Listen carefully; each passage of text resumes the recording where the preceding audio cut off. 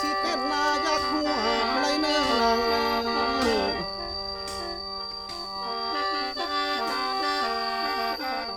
น้องอย่าเบาพึ่งผัวพึ่งเมียอะไรเนื้อสายหมอลำนี่สิเป็นตายักให้มาเนื้อนางเนื้อ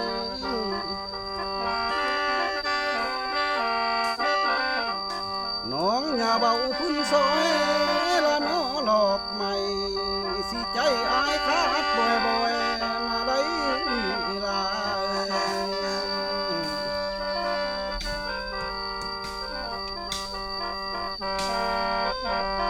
โอ้ยน้องอะไรน้องบ่มีผัวหักบ่นั่งบ่าวบางอายนี่เพิ่นอยากเข้ามาป้องเจ้าเนื้อนางเนื้อ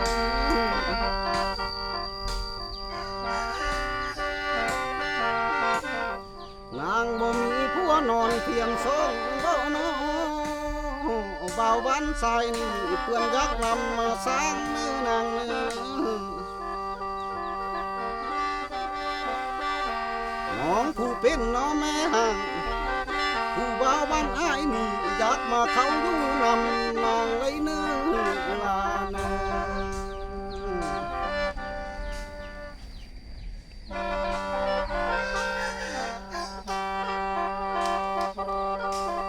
โอ้ยน้องอะไร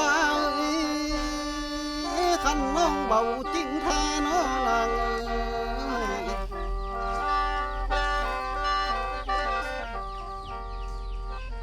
อายักมาหาน้องเลยเนื้อ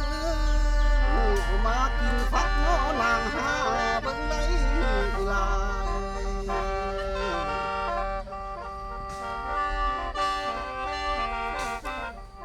สายักมาหานางอยู่เลยมากีป้านางซ้อนมากีน้าไม้บอนตึงหัวบุญยอดเงานำนางเลยเนื้อลาเนื้อ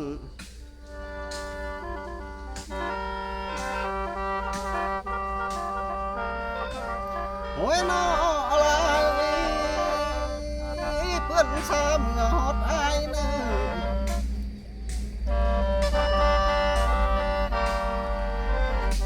หาดสายคำมีกะลามหามหาอะไรเนื้อสิปูป้ายักมาเต้น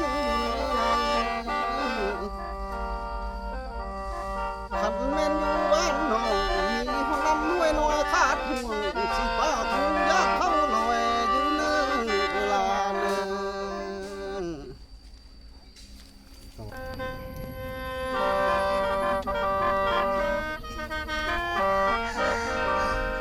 โอ้ยน้ออายเอ้ยอันว่าจริงแท้บ่อายเอ้ยจริงคือความใส่มาบ่น้อ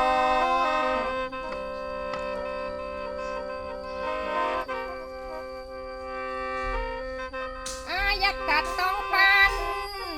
น้ำกระดิ่งกินปลาใหญ่บ่นอจริงแท้บ่อยากตั้งลีไว้สิเที่ยวยื้อย่องยามแท้บ่อายเอ้ย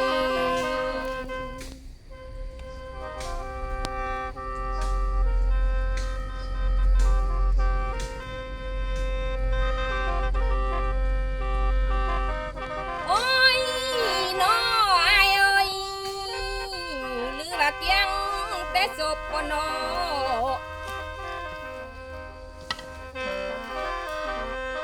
หรือว่าจบแต่เว้าสิใจอายพาดบ่นำบ่น้ออายเอ้ย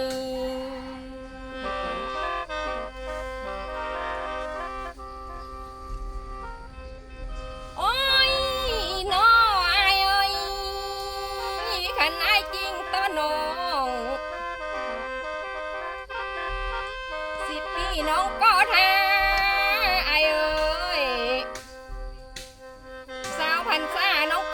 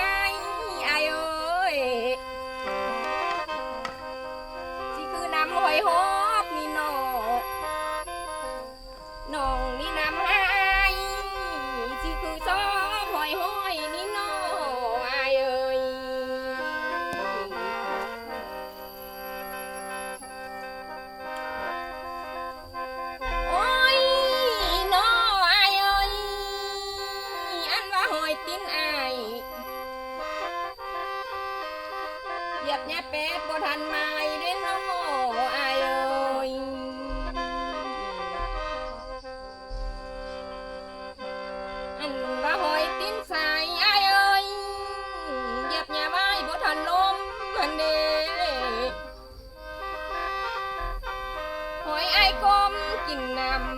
ำสิยังคุ้นมัวอยู่โนอายเอ้ย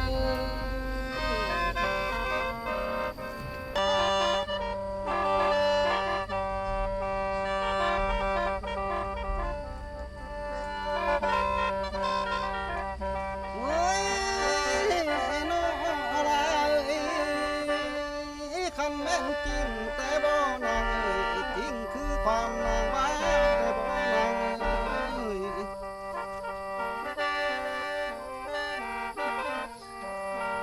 น้องอยากตัดต้องปานบ่น้อปากกระดิ่งกินปลาใหญ่แต่บ่นางน้องอยากตั้งนอดีใบให้เป็นบนข้างเทวเจ้าบ่ลาย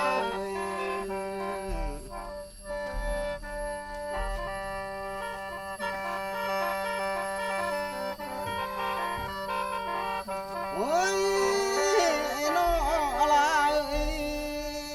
คันแม่นจริงเจอเบาน้อนางเอ้ยน้องไม้เมื่อสางเบิ่งแม่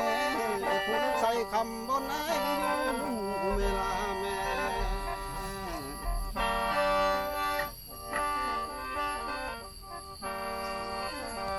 ตอนแม่น้องสร้างลู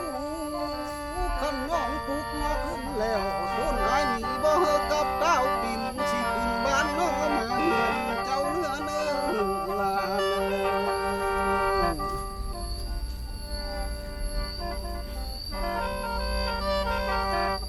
โอ้ยน้ออะไร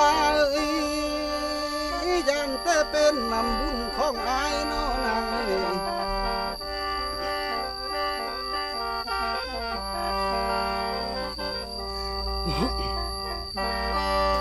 อายก็เสียหลายลำเลยนางเอ้ยสีทองคำก้นหัวใส่น้องอายก็หัวน้องฮอกแล้วน้องก็หัวฮอกแล้วจังเห็นแก้วน้อยมาหนึ่งมันละเจอลำเลยลายไม่รู้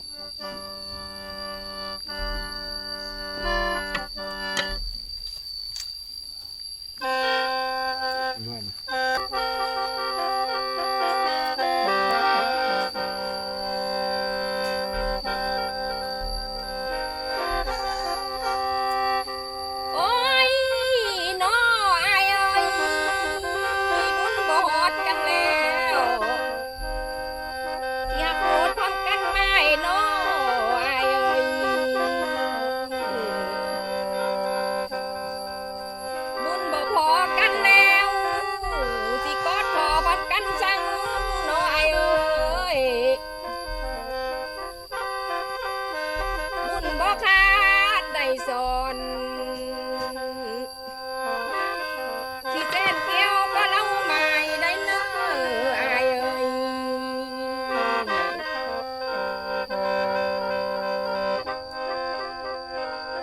โอ้ยน้ออายเอ้ยน้องหับหมดกระบวนบันแล้วใด